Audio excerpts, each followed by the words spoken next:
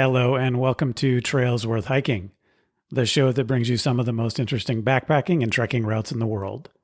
I'm your host, Jeremy Pendry. In the first part of the show, we bring you the story and history of a trail. Then we tell you what it's like to hike the trail and how you can do it.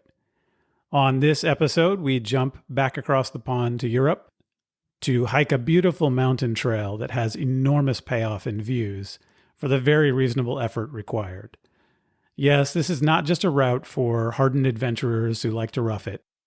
As we will see, this might even be a fantastic trek to take your family on. We'll enjoy fantastic food and welcoming mountain rifugios, where we'll encounter a wide range of travelers along this route that takes more than a week to do in full, through a mountain range that is itself a UNESCO World Heritage Site. On this episode of Trails Worth Hiking, we travel the Alta Via 1 in the Dolomites of northern Italy.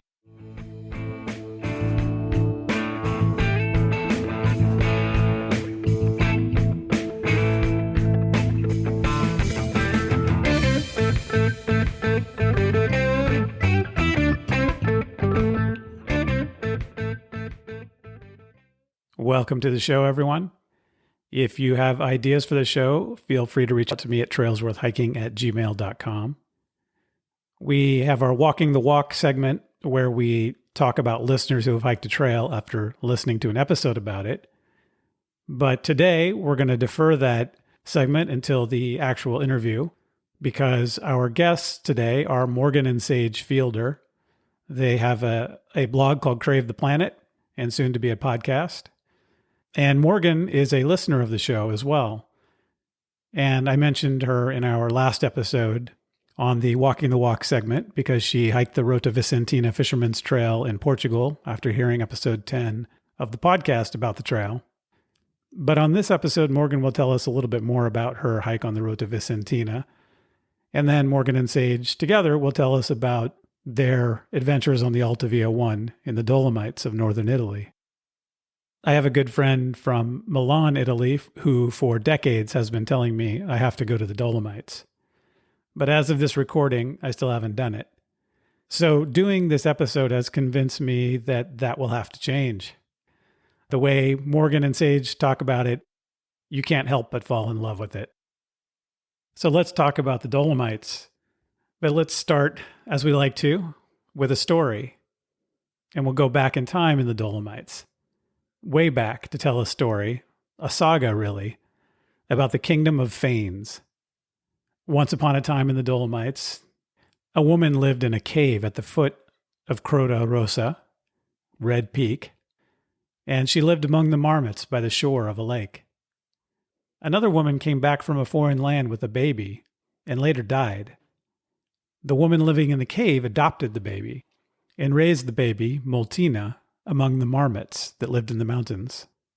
And eventually, as the baby grew to be a young woman, she could turn herself into a marmot.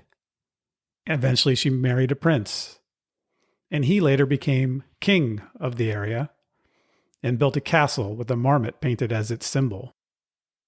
So the dynasty of the Fanes began, built out of an alliance between humans and the marmots. They lived in peace for some time, but later, a crown princess of the family married a foreign prince allied with the eagles, and they replaced the marmot with an eagle symbol. They decided to expand the kingdom.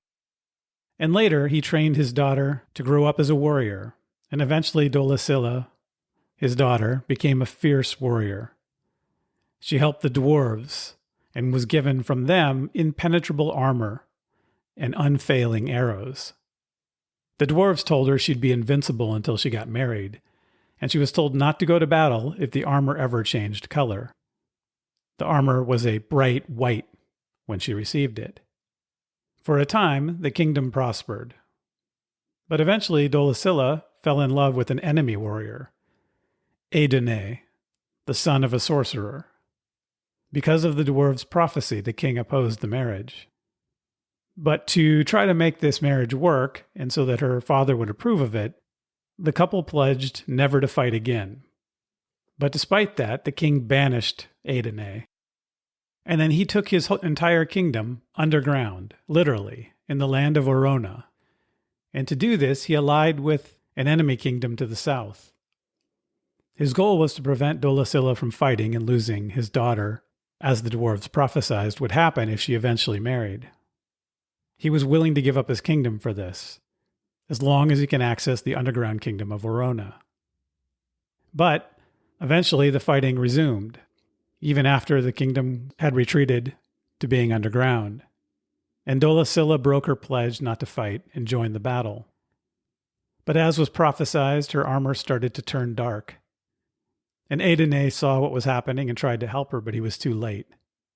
Dolosylla fought valiantly and was even on the verge of victory, but the enemy archers had actually stolen her unfailing arrows, and she was killed in battle by her own arrows.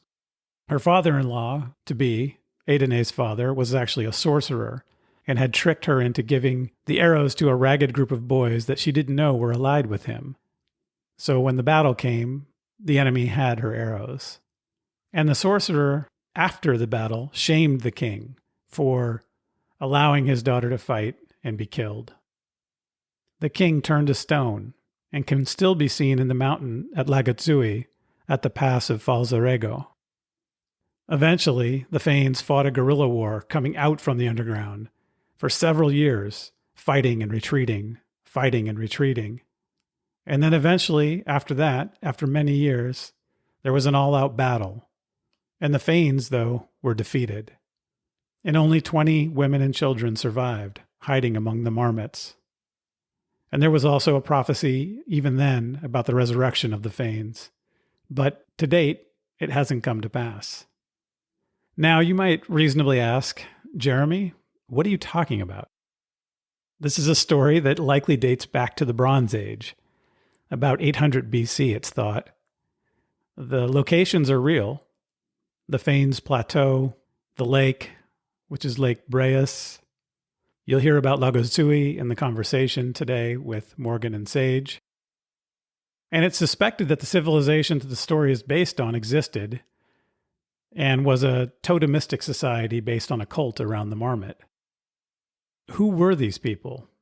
We don't know. But the story today comes to us through a people who still live in the Dolomites.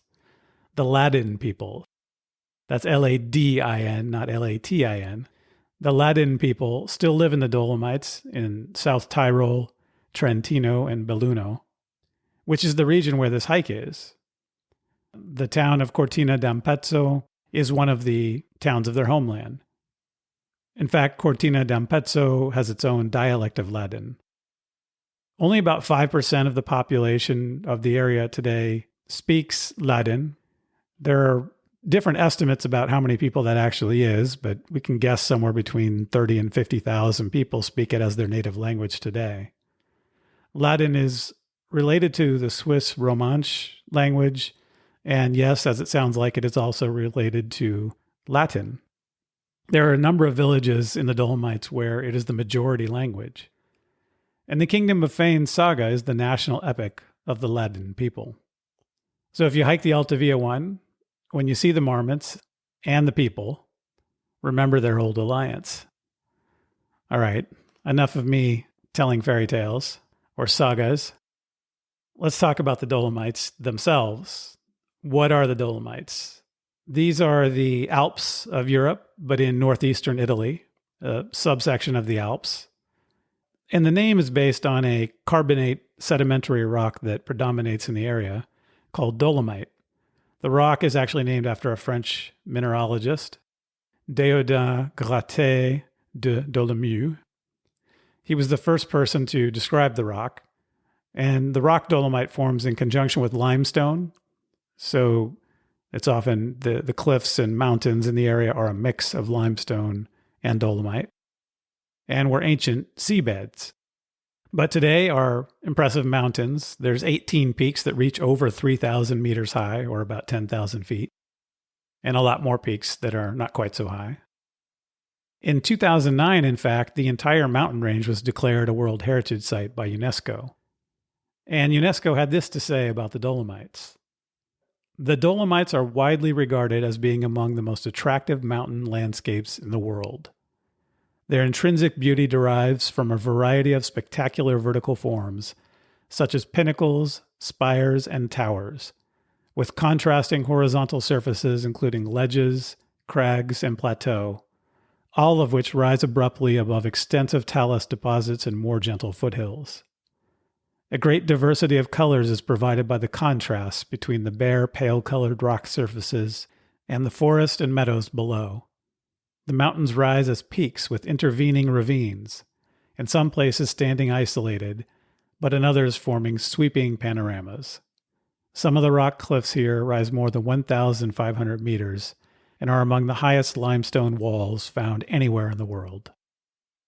So that's what UNESCO had to say about the Dolomites. The cultural history there, besides the Ladins, who have been there for a long time, also includes conquering nations and peoples. The Romans conquered the area in 15 BC, the Goths in 476 AD. A century later, the Bavarians came in, and it was actually an independent country of Tyrol with quasi-autonomy from Bavaria for a few hundred years until Napoleon. The area also plays an important role and has an important story in World War I. At the time, it was part of the Austro-Hungarian Empire and not part of Italy. In fact, even today, 75% of the people in this area speak German. The initial tragedy of World War I for this area was that many of the fighting-age men were sent off to fight on the Russian front, where they were essentially decimated and many of them died. But then in May 1915, Italy declared war against the Austro-Hungarian Empire. And at the time, because all the fighting-age men had left and were mostly killed before this, only boys and old men were left to defend the area. Italy took Cortina d'Ampezzo without a shot being fired, but then couldn't take Coldolina, and in that area, trench warfare ensued. And for any student of World War I, you know how that went. Bloody and pointless. But the biggest problem actually became winter. Thousands in the area, some estimate as high as 10,000 people, died from the weather alone over the next 2 years during the war. In fact, some of the locals resorted to building a city of tunnels under one of the glaciers to protect themselves from the fighting. One remnant of World War I is the Via Ferrata, the bolted-down steel cables built by both the Italians and the Austrians in the war to move supplies through the mountains. At Cinque Torre, one of the areas that Morgan and Sage went to, there's a famous Via Ferrata route where you can climb these cables. Though keep in mind that the Via Ferrata are not part of the Alta Via 1 route, though they could make an interesting side trip or separate trip in the area. Even as late as World War II, ownership of the area was still disputed. But as we've said today, it is part of Italy. All right, with that background, let's jump into my conversation with Morgan and Sage Fielder about their hikes on the Alta Via 1.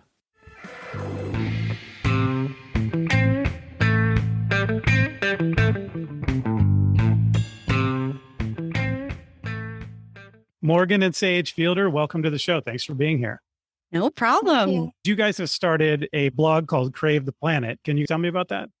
Yeah, absolutely. So Crave the Planet is a platform and a community of people that want to reconnect to wonder and things that really count. So it's all about food. It's about hiking. It's about travel, and especially the outdoor scene in Europe, because here you can merge nature and culture and you don't have to pick between them. You can have these experiences in breathtaking natural wonder, but then have a really comfortable bed and a 3-course dinner at night in a little mountain hut. So I should back up and say you guys are American, but you live in Germany. Yeah. Okay. So you get to do all your adventures or a lot of your adventures in Europe.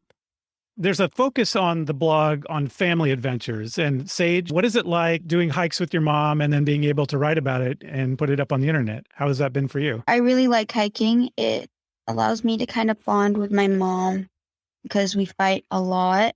And when we're hiking, we don't really fight. Do you get to have any input into the blog, or for you, is it more about doing the hiking? It's definitely more about doing the hiking for me. I'm more action. Most of the time, my mom, she asks me what she should write, and I tell her I have no idea. And she comes up to me with her computer. She's like, "What should I write, Sage? Help me." It sounds like maybe you're the producer and she's just doing the writing. Yeah, she's the boss. We all know that.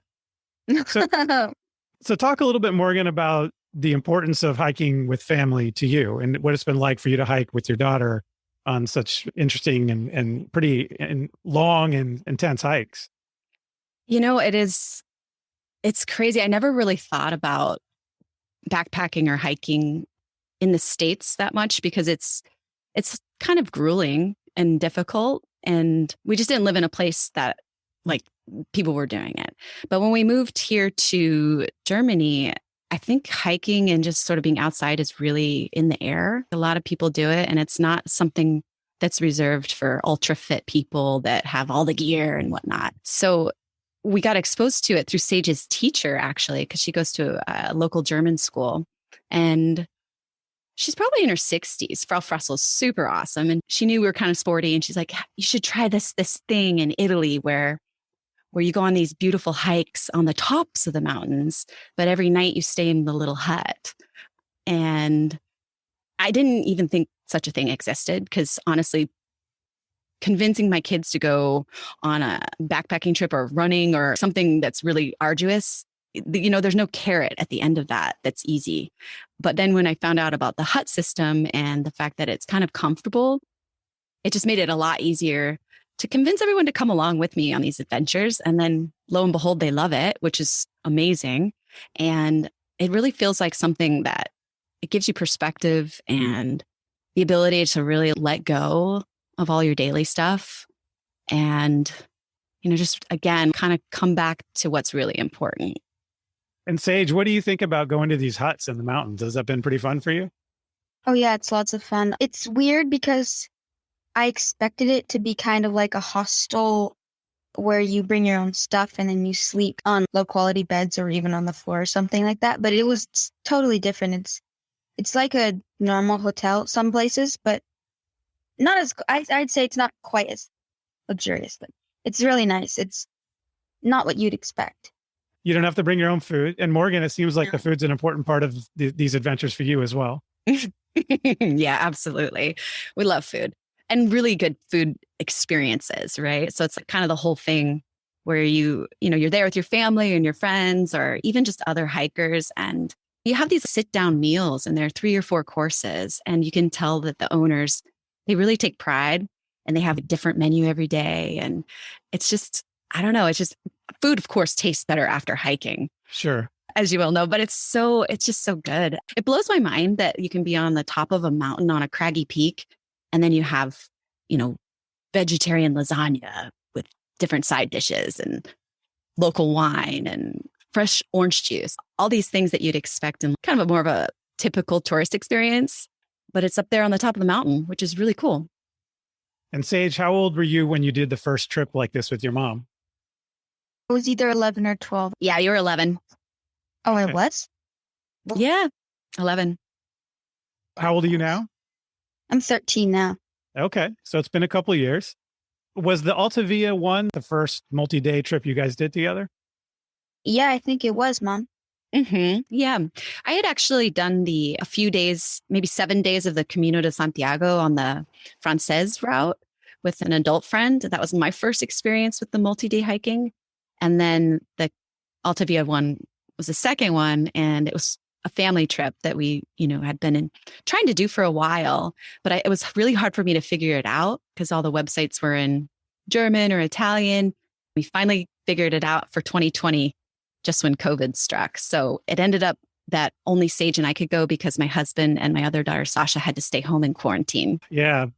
Interesting timing. It made it so that you guys weren't able to do it as a family, but it sounds like you and Sage were able to do something together that maybe otherwise you wouldn't have had that time, just the two of you. So maybe it worked out in a different kind of way. It did. And actually I had the four spots because you have to prepay, 6 months in advance or whatnot. So I'll never make this mistake again. I was like, we have these 2 extra spots, but, Aaron and Sasha can't go. Let's just invite another friend of Sage's. That way it'll be more fun. And what we didn't realize was that every kid has a different tolerance level And before impulsively inviting someone to go with you, it's definitely a good idea to make sure that they're up for it. Because we ended up hiking the first day, which is very steep uphill. It's a very long, it's the hardest day probably. And we had to turn around and come back. And the girl that had come with us had to return back to Germany. So her parents came and got her. Sage and I slept in the valley. And then we did the next day to catch up to our reservations. We hiked the first 2 days in one day. Oh, wow. Yeah. As you probably can guess, I've done a lot of multi-day hikes over the years, and there's always things like that. Nothing ever goes exactly the way you think it's going to go. And the dynamic in a group is always a little different than you think. And people you think might be strong hikers sometimes aren't, and other people are much stronger than you think. It really is something you have to have flexibility for, right? Because things are going to change and you kind of have to roll with it. And it's just part of what you're doing out there. Yeah, it actually ended up being really great, just the two of us. All right, so we'll jump back into that in a minute. One other thing I wanted to highlight before we move on is you were going to be starting a podcast, right? Yes, I am. Is that basically a mirror image of the blog, or is it a little different? It's going to be similar to the blog and sort of creating that community. But what I want to do is share the stories of people who are doing these multi-day hikes, some of the people who are in the industry as well, like some of the hut owners, the fitness around training for it, and some of the gear stuff. Because honestly, I don't think there's a lot of information out there that's easy to find. So it took me 2 years of planning for the Alta Via one because I just couldn't find the good information. And podcasts like yours are amazing. It helps kind of share that this is something that's possible, and it's, it takes some work to plan, but it's not insurmountable. So one thing I want to cover before we jump into the Alta Via one is you reached out to me because you had actually hiked one of the trails that we featured on the show. And I get excited when I hear that somebody actually hiked the trail that I've talked about, because I want it to be a utilitarian show in some ways, a practical show in the sense that it can give people advice or at least inspire people to go hike a trail. And so you ended up hiking the Rota Vicentina Fisherman's Trail in Portugal. Can you talk a little bit about that? Yeah, absolutely. The Rota Vicentina Trail is incredible. And I want to thank you so much for sharing that information, because I'd never heard of it, never came across my radar. And I listened to your podcast with Sabrina Brett from Moon and Honey Travel. Yeah. And the way she described it, it was like, this is definitely up my alley. And it's something that you can do in the winter time, because obviously the Alps aren't accessible during the winter whatsoever. It's such a short season, really. And so I had a little bit of free time in the end of November or the middle of November, right before Thanksgiving. And I kind of followed along that blog and just met a whole bunch of other people on the trail. And I did it, my first sort of solo multi-day hike. And it was incredible. I'm going to bring the kids next year. Yeah, I guess one of the things that happens for me when I do a solo trip or a trip with friends without my family is often I have a really interesting, wonderful experience, but then sometimes I get back and I think I really want to take my family on that trip. Yeah. And I've done that several times. So that's cool that you enjoyed it and cool that you want to do that. And it sounds like the food there was fantastic, as Sabrina promised. Oh my goodness. We stopped at, well, when you go solo, you end up meeting, other hikers along the trail. We ended up just having this little crew, this little club, basically for the 4 or 5 days. We ended up eating lunch right on a cliff overlooking the ocean. And I think it was like €7 for octopus that was confit in olive oil, just in our muddy hiking boots, just sitting there in the sunshine. And it was November with a t-shirt on. It was incredible. The Portuguese food is something that I'm very, very fond of. All right. So now let's switch over to the featured trail for this episode, which is the Alta Via 1. Was it Sage's teacher that came up with the idea for you guys? Yeah, so I think it was second grade. My mom and my teacher were talking, and my teacher mentioned this trail in Italy, and my mom loves hiking, obviously. So she was really interested in that. And Frau Fresse said that there was like wine and good food, and that it wasn't a really hard hike. It was okay. It was hard, but not extremely excruciating. And Mom, you spent like 2 years researching it. And I didn't even remember that my teachers brought it up in the first place until my mom mentioned it a couple days after we did it. And I was like, oh yeah, that happened. What about the planning? You said 2 years. That was a lot of time to pull it together. What were you thinking about during that time? And what were the steps you went through to plan this hike? Yeah. So first, my German's not so great. I'm taking classes. And Frau Fressel's English is not so great either. So there was a little lost in translation. And I couldn't figure out the region where in the mountains of Italy, because there's just so many of them. And eventually I found some German websites where they would plan it for you. But again, the communication was a little bit difficult. And of course, they wanted 600 or 700 euros per person just to do the planning. So with 4 of us, that becomes a little bit pricey. So I kind of put it to the side. And then I think the following year, I just asked one of the companies, where do people normally do this? And I think the most popular ones were like Mont Blanc in France, some of the Swiss trails or whatnot. But then I saw this Cortina d'Ampezzo, the town in the Dolomites, and saw a picture of it. And so I just started to recreate some of the itineraries, and I bought the Cicciarone guidebook, and it pretty much steps you through what you can do. And I just sort of pieced it together one hut at a time by emailing them or calling them or WhatsApping them and trying to secure enough beds on the right day in sequence as far as I thought we could walk per day. Once you finished the hike, you put several articles on your blog and from various perspectives. And so can you talk a little bit about the resources you have out there for readers that cover different aspects of this hike? Yeah, sure. So I wished I could have found a blog 3 or 4 years ago that was in English that described what to expect and how to plan it. Because most of the time you just go on booking.com or airbnb.com when you do a vacation, but the huts don't work that way. And you have to sort of plan like, how far can we walk? And it's not just you, but the people that are in your group, right? So some people might want to do 2 sections in one day. Other people might want to have really short ones. So I tried to put together basically info articles so that you can recreate it if you want with, just basically how to contact the hut, what's a reasonable distance to hike each day, and about how much money it's going to cost. So I put those up on cravetheplanet.com so that other people can hopefully have some of the same experiences. Those are a great resource, and thanks for doing that. So Sage, if somebody goes to this area, to the Dolomites, to hike the Alta Via 1, what does this area look like? What do the mountains look like? What is the scenery like? What are the towns like? What did you see when you got there? So Cortina is really pretty. It kind of looks like Austria. It was super alpine-y. It didn't really feel like Italy. It didn't feel like what you would expect in Italy. There were a lot of Austrians and Germans there, and the mountains were great. They were awesome. They were super rugged. There were lots of flowers. I found a lot of wildflowers. And my favorite part was the cows. They were fluffy. They had long eyelashes, and they were so cute and super friendly. And it was nice because the trails weren't very restricting. So when you went on the trails, you could pet the cows and pet the animals and see wildlife and flowers and stuff. So it was really, really pretty. They had so many different types of mountains. Some were round and most of them were rugged though. It's really, really pretty. Yeah, I've never seen any mountains like it. It's my favorite. And Morgan, what did you think of this area? Yum. I love it. It's really easy to see why the Dolomites are kind of the place where people go to get their photos taken, because the mountains are unique. And I mean, I grew up in Idaho, so I know mountains. I love mountains. Kind of always go somewhere where there's mountains or sea, but the Dolomites have limestone peaks that just come out like shark's teeth almost. Mm-hmm. But then you might walk around, 2 hours later on the trail, all of a sudden it's not craggy peaks. It's these round stone peaks that looks like a bear took its claws and scraped it to the side. And then the next, an hour down the road, you feel like you're on a sheep pasture. Mm-hmm. So it changes and changes and changes.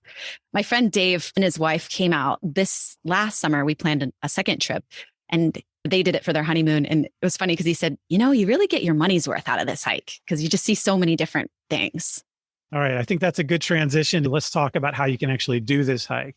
So it looks to me like this is pretty much a summer hike because you're going to have pretty severe winter conditions. Yeah, it is because you're so high up. So it sounds like July is a pretty good time to go, and probably August too, though I know August can be very crowded in Europe because everybody's on vacation. Yeah. I would try to avoid August. Maybe the first week of August, and July would be great. I think if you're prepared though, mid-June through mid-October would be fine. You just have to expect that sometimes you're going up and over a pass. So the Refugio Lagazzoi is at the top of an incredibly steep mountain. So that might be a spot where you just have to be prepared if you're a little bit on the shoulder that you might have to wait. Sometimes you can hike back down and take a bus around if you need to, if the weather's really bad. But it would probably be a freak storm in mid-June to mid-October. Okay. I think on your blog, it looked like you guys did roughly a 5-day trip and you did part of the Alta Via. Can you talk about that? And also, so about generally how far you guys went and how long it took. And then also what it would look like if somebody wanted to do the whole trip, if you have a sense of that. Yeah, sure. So I think the whole Alta Via One Trail is about 10 days. In it, there's easy bus connections at the beginning and at the middle and at the end. So obviously with, family and kids hiking, I didn't want to make them hate it. So the 5 days felt like a really good period so that we didn't get overwhelmed with it. And so we started at the beginning of the trail in Lago de Brais, which is a beautiful lake. It's like the pearl of the Dolomites. And it's crowded because people will go there to just go to the lake. They're not actually doing the trail. But after about 5 minutes, you're kind of isolated, which is great. And so the first day we did about 12 kilometers because we wanted to get past the first hut most people stop at is after about 3 hours of hiking. But we wanted to kind of get to a nicer hut with basically better food. So we made the first day pretty long. And then the second day, we went from Fodara Vedla to the Refugio Lavarella, and that was about 9 kilometers. And Lavarella is stunning. It's in this little valley, and it's just the cows actually come up onto the deck. Yeah, that was my favorite one. Why was that your favorite, Sage? Because of Lake Club, I'm supposed to be getting a t-shirt, but I haven't gotten mine yet, which I'm pretty mad about. But we basically woke up at 6 a.m. in the morning, and there's this icy lake next to Lavarella. And you'd wake up at 6 in the morning, you jump in, you're part of Lake Club, and you get a t-shirt, but I haven't got mine yet. And there were cows everywhere. That was so much fun. I was with my friend and my sister, and we were out there until dark. We went swimming in the water at night, and then also we played with the cows, and we found some frogs. And it was awesome. I love that place. And so just to be clear, so that you guys, I know you did 2 trips on the Alta Via. One, it sounds like you did another one later with your sister as well, because the first trip, it was just the 2 of you, right? Yeah, the first trip, it was the 2 of us. And then the second trip, we had family, friends. And oh man, we talked it up so much. We had our friends from college came from DC. We had friends from Romania. We had friends from Italy and friends from Germany. And so we went in a group of 12. Wow, that's a big group. Yeah, but that's a lot of fun. Yeah. Yeah. And strangely enough, at Lavarella, it has its own brewery there as well and a sauna in the back garden area. But we all sit down together at like 7 o'clock to eat together, everyone that's staying there. And 2 fellas from the next table actually went to high school with my friend Dave's new wife. And they started chatting up and they were like, this is incredible. Yeah. We meet in the middle of the Dolomite Mountains and we went to high school together. That's funny. Mm-hmm. All right. Then the third day from Lavarella was I'm not going to be able to say this. So I'm going to let you say the name of the place. Lagazzoi, Refugio Lagazzoi, which is on a good day, probably top 10 places for views that you could possibly get anywhere. It's incredible. Problem is sometimes you're going to be socked in with fog. Yeah. Fortunately, when we went there the second time, it was all fog. But the first time we went there, it was bright and sunny. It was super pretty. Yeah, I think it's at 2,700 meters. So whatever feet that is. And it's serviced by a cable car from the valley. So during the daytime, it gets pretty crowded with people from Venice coming up for family reunions or whatnot. But it's also cool too, because some people who are older or have mobility problems can actually use the gondola and get up there and see these views. But after about 5 o'clock, everyone filters out and you're just left with the hikers. And when you have your whole place yourself at Lagazzoi, it's a 360 panoramic view of just limestone mountains and dark green emerald valleys, and the birds are flying around, and they have a barrel sauna on the deck with a window. Oh, wow. So you're in your robe in a sauna on the top of a mountain. Not bad. Not bad at all. Okay. And then the fourth day from there, where did you go? Yeah. So we actually, on the fourth day, we went off the trail a little bit because that third day is really quite a challenge to get to Lagazuoi. The final ascent is pretty brutal, kind of takes it out of you a little bit. So we went off the Alta Via 1 trail proper and we took the gondola downhill. So I don't know about you, but sometimes the downs are a lot worse for me than the ups. And the rest of our party kind of felt the same too. So we diverted a little bit. We took the gondola down, and instead of taking the normal route to Cinque Torri, we actually took an alternate route. I think it's called 44. But what that does is it allows you to go on some scrambling paths where you get to scramble up the rocks and in between some caverns, and then go around Avaro, which is this massive stone. It's incredible. And you get to stop off at the Refugio Avaro, which is my favorite place to eat in the world. And we make sure to make it there for lunch. And then we finish. Yeah, it's so good. But then from Avaro, it's about a 30-minute sort of gentle downhill to the Refugio Cinque Torri. And that's where we stayed on the fourth night. And that's a refugio that's right on the base of the Cinque Torri rock formation. And so, Sage, what did you think of doing some hiking that was basically rock scrambling instead of trail walking? Oh, it wasn't too hard. We were really nervous because there was a storm. It was lightning. It was pretty exciting. And then, so the last day you go from Cinque Torre to Cortina d'Ampezzo. Yeah. So we start basically Cortina d'Ampezzo, sort of this hub. It's kind of the place that most people start. And there's a good bus connection there. So basically we used the bus to get to the trailhead. And the trailhead is so busy with tourists or whatnot that it's just best to take a public transport bus in, walk the 5 days down the Alta Via 1. And then once you get to Cinque Torri, there's a wooded path that goes back into Cortina d'Ampezzo. So some of the people in our party this year, they were tired. So they just basically took a bus from the Cinque Torri area back to Cortina. But we like to take the longer path. So it's about 15 kilometers to get basically down back into the valley where Cortina d'Ampezzo is. Are you starting then in the middle and heading north and then looping south? Or are you starting at the very northern end and heading south and looping back? We're starting at the very northern end. Okay. And then we're going down the trail for 4 days. And then on the fifth day, it's kind of, it's definitely a loop. But it's using the public buses in order to do that loop. Okay, that makes sense. So you're doing basically 4 days heading south from the beginning. Mm-hmm. Because we didn't want to do 10 full days. We just found our own way back to the valley where then we can take the bus back to, or either park in Cortina or park where the trailhead is. And the bus will just sort of get you around. Okay. And you mentioned that at one point you got up to about 2,700 meters, which is around 9,000 feet probably. And from what I looked at in looking up the trail, it doesn't seem like it ever gets really higher than that, which means it's, in my view, that altitude elevation is not really a major issue. Is that the way you guys felt? It was never like you were at an uncomfortably high altitude? No. Never. What did you have to carry during the day when you were hiking? You have this pack. You have to make sure it's very comfortable since you're going to be carrying it around all day. In there, you have water.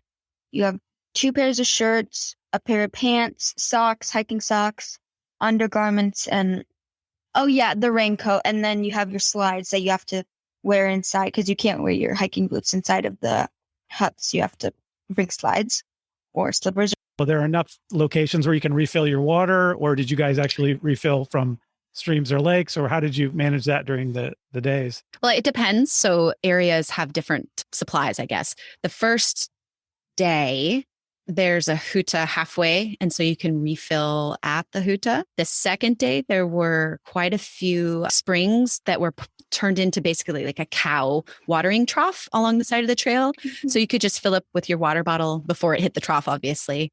Yeah. Yeah. And then the third day, Lagazuoi. So when you get to the hutas that are perched on the top of a cliff, that's where you have to be a little bit more mindful about your water because they have to obviously haul it up by bottle. They're not going to have a lot of water supply at the very top of the cliff. In fact, some of those refugios that are at the very, very top don't have showers for people staying there. Okay.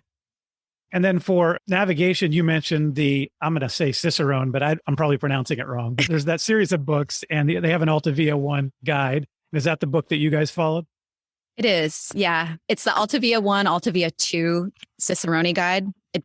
Honestly, I got fancy and bought the tobacco maps, and I did a Komoot sort of GPS thing. But the book is plenty. It works really well. And how do you get to this trip? It sounds like if you can get to Venice, that's the easiest way to get to the trailhead.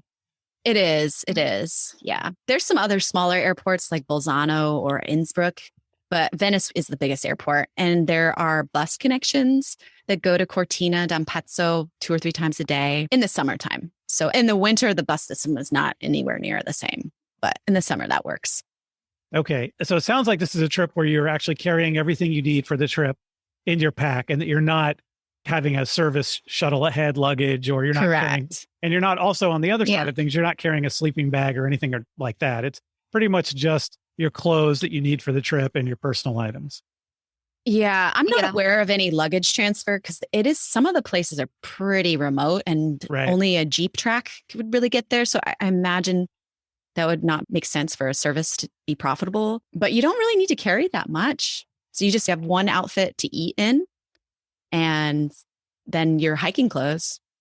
So they take care of everything because they have the toiletries and the linens and the towels and all that stuff. Do you stay somewhere the night before you start hiking, or are you taking the bus and then you start walking that day? I would definitely recommend staying the night before in Cortina d'Ampezzo or in a town called Dobbiaco, because the first day is really hard. So if you're trying to commute from somewhere else and then start, it's probably going to be miserable. So we always try to get the 8 o'clock bus so that we can start right at 9 o'clock and head up the mountain. So how long in advance did you have to make reservations for the huts, or for the refuges, I should say? Well, as you can tell, we kind of like the nice rifugios. So the first year I planned 9 months in advance. And then I had this group of 12 people. So I was kind of playing travel agent for my friends. And so again, I planned about 9 months in advance to get 12 beds in the same huta each consecutive night. Okay. I think it would be easier if you just had 2 people. Yeah, sure. And Sage, for you, what was the hardest part about doing this hike? When we were in the group, there were a lot of people that were struggling, and I felt really bad watching them climb up the mountain. There were 2 groups usually. There was a fast group and a slow group. And usually I was in the fast group. My mom was in the fast group sometimes, but sometimes she was in the slow group just to kind of guide the people, because she's a very good hiker. But some people needed guidance during the hike. And watching them get back, it was so emotional sometimes because they felt, I don't know, like they achieved something so great. And it was hard, but it was also cool watching them do it. Also, some of the trails are really hard. Going to Lagatsui, going up, you go up a mountain, and then you get to this like gorge in between the mountain. And then you see Lagatsui, but you have to go down the whole mountain and go up another mountain. And the faces on some of the people that we were with, they were like, what? Yeah. Like they were like, all that was for nothing. They were so sad. They were like super disappointed. But you know what? It's still everyone's favorite day, even though it's a very challenging day. Yeah, that hike is really beautiful. But when I saw other people get demotivated, I would be demotivated as well. So that was the hardest part. Because I'd be like, oh, they're not going to have that much fun. It's not as fun if they're not having fun. So that's why I like hiking with my mom alone, because we're both really motivated and excited. Sometimes the people we were with, they would get really sad, just like plain sad.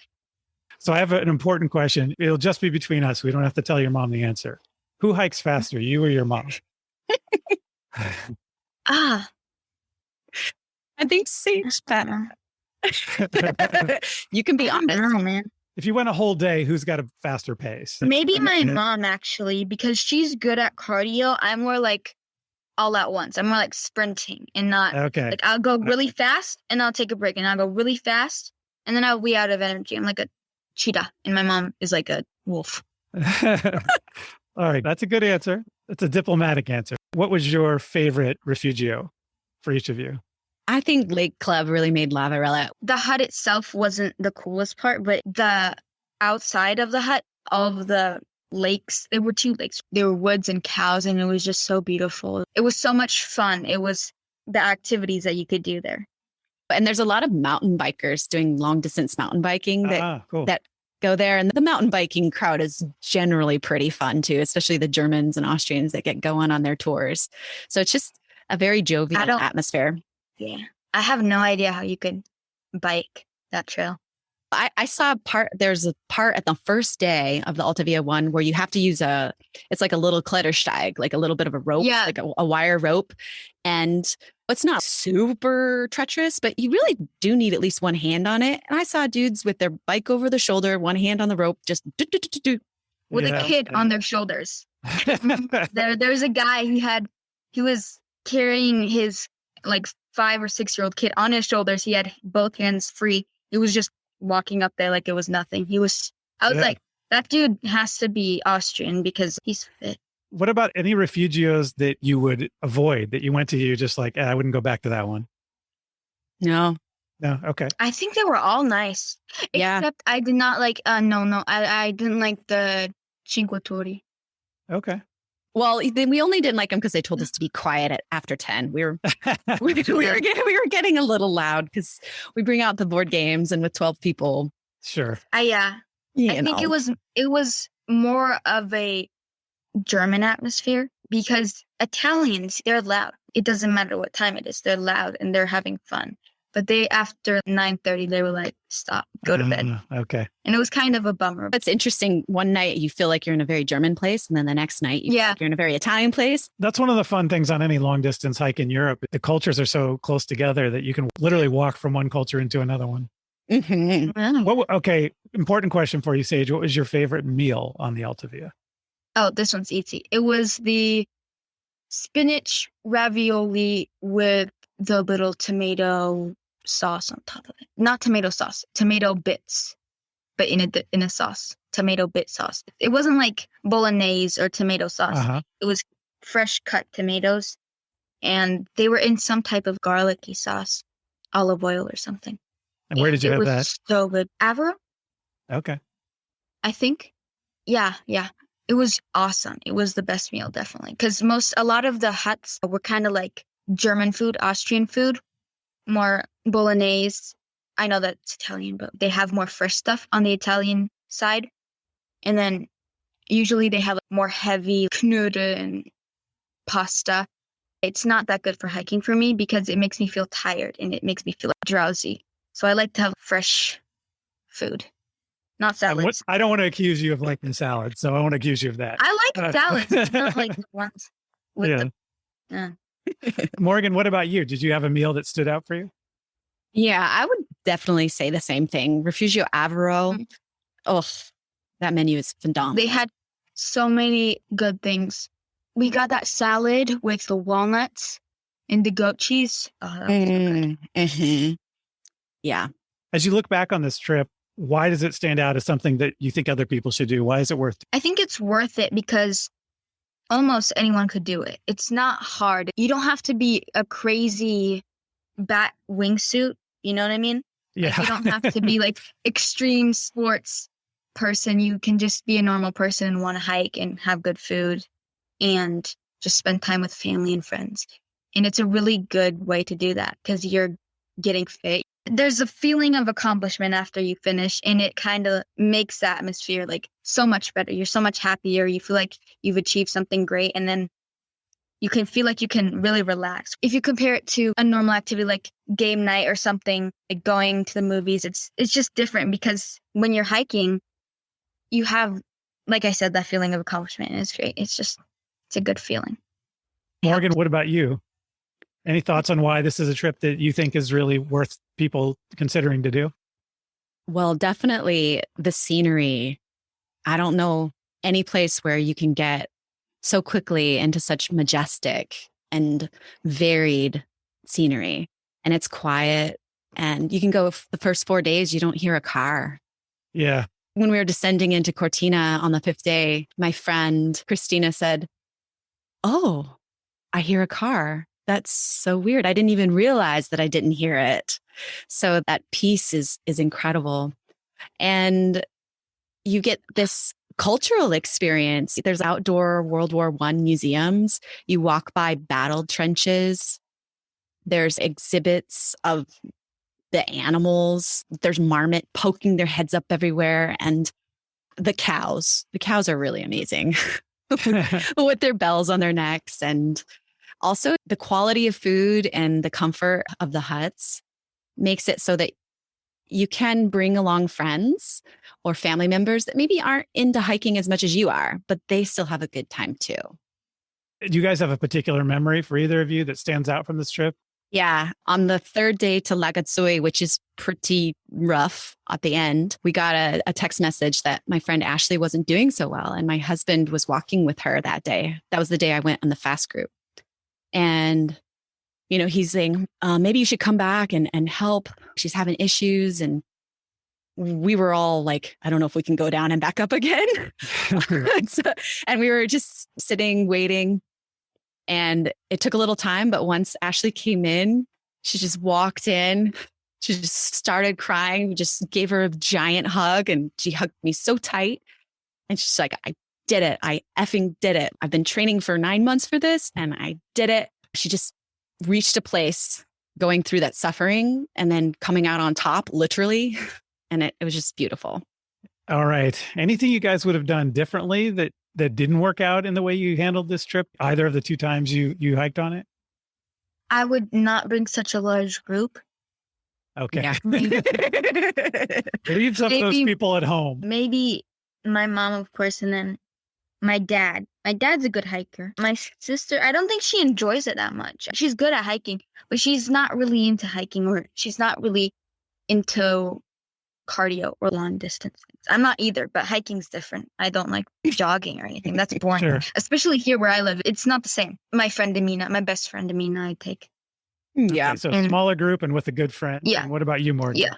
Yeah. The first year when we impulsively invited one of Sage's friends to take one of the spots, That was bad. That was really, really bad. So fortunately, her mom is the most amazing lady in the world. And she drove 8 hours one way, picked her up at 5 a.m, and then drove back to Germany so that we could do that hike. But yeah, I would always make sure that if there's a kid coming, that they're mentally prepared. Yeah. I think it's true with any trip you do anywhere. You really have to consider who are the people and what are we trying to accomplish? And is there a way to design the days in a way that they can handle it based on their skill level? It's less about the physical and it's more about the mental. Yeah. I think that's right. Like you were saying, you have to really want to do it, right? There are people who, if they're not excited about doing it, when it gets hard, they're going to want to give up. If you really want to do it when it gets hard, you see that as almost a highlight, right? It's a challenge and you want to take it on. So it really does depend on how people feel about it. Yeah. Well, thank you both for telling me about your hikes on the Alta Via 1. But while I have you, I've got a few more questions, if that's okay. Okay. So for Morgan, what's the one trip or hike that you've done besides this one that others shouldn't miss out on? Definitely say the Fisherman's Trail on the Rota I can't say it right. Vicentina. I've looked up how to say it in Portuguese and I can't say it either. Let's go with Rota Vicentina in English. Rota Vicentina. One of the cool things about the Fisherman's Trail is that the people there almost all speak English. So you get in conversations with the hotel owners and whatnot. And I actually asked one of the hotel owners, why can I not pronounce any of the words correctly? I look it up online and I try to pronounce it. And he said that Portuguese, when you pronounce it, they eliminate most of the vowels and they only use one of the vowels in the word. Ah, okay. So it kind of sounds smushed together and nothing at all like it looks in the written. So, okay. So what's the next trip on your list? So I want to do the Via Transilvanica. I read about it and my friend Karina, who actually went on the Alta Via hike last year, she and I bought a farm in Transylvania last week or 2 weeks ago. And then I found, And so I'm like, oh, this would be really cool. And then I looked up the founding of the Via Transilvanica and it's basically 2 or 3 women that work in a nonprofit basically formed this long distance trail of 1,100 kilometers in 5 years. Wow. And they went to the villages themselves and they talked with people who live in the villages that have an extra bedroom basically signed them up into the database. And when you do the hike, you stay in people's homes and they cook for you and you stay in there and it's like €7 a day or something. So are you going to do a section of it? I think a section. I haven't narrowed it down. I'm going next month to visit. So going to kind of see maybe the highlights, but I'm thinking 4 or 5 days. Okay, so I have one piece of advice for that trip, and that is don't stay in any home where the person's last name is Dracula. That's since you are crossing Transylvania. So, yeah. All right. And Morgan, last question for you. What's the dumbest thing you've ever done when you were hiking? Well, I would say not checking the weather report for lightning storms when you're crossing over the Dolomite peaks. Mm-hmm. You want to have a good handle on when the storm is supposed to be going by because you're pretty exposed. Did you get caught up at a pass when one was over you? Mm-hmm. Yeah, we were running between rocky outcroppings and like run from one to the next. Mm-hmm. Yeah, but it's good. All right. And Sage, one question for you. What's the most resourceful thing you've done when you've been hiking? I don't know. Okay, so I think that the first time when we did the Alta Via one and we did 3/4 of day one, then walked downhill, slept for 6 hours, and then turned around and did day one and day two all in one day, and you never complained once, that's pretty amazing. Yeah, thank you. She doesn't want to brag about it, but I can see from your mom's perspective, that's something where you might worry as a mother that, you're with an 11-year-old and it's a lot of extra work. And maybe there's going to be a whole new situation I have to worry about forcing her to do all this hiking. But it sounds like you handled it pretty well and didn't complain and showed that you could do it. Yeah, I didn't really see it as super resourceful because I enjoyed doing it a lot. I was really looking forward to it. And when we finished, I wanted to do more. I wasn't really like, oh, I'm so proud of myself. I was like, oh, let's do more. I'm excited for the next day. I wasn't really thinking back on it that much. But yeah, now that I think back on it, it was really hard. It was definitely. Nowadays, I probably would have complained. If it were something in household or something like that, I always complain. So Sage, do you still want to do these trips in the future? Are you still excited about doing longer hiking trips? Oh, yeah, definitely. It's the only time when I do something that I don't have to and don't fight with my mom about it. Oh, I think that's a perfect place to end the show. Morgan and Sage Fielder, thank you for coming on the show. I appreciate it. Yeah, thank you so much. Yeah, thank you.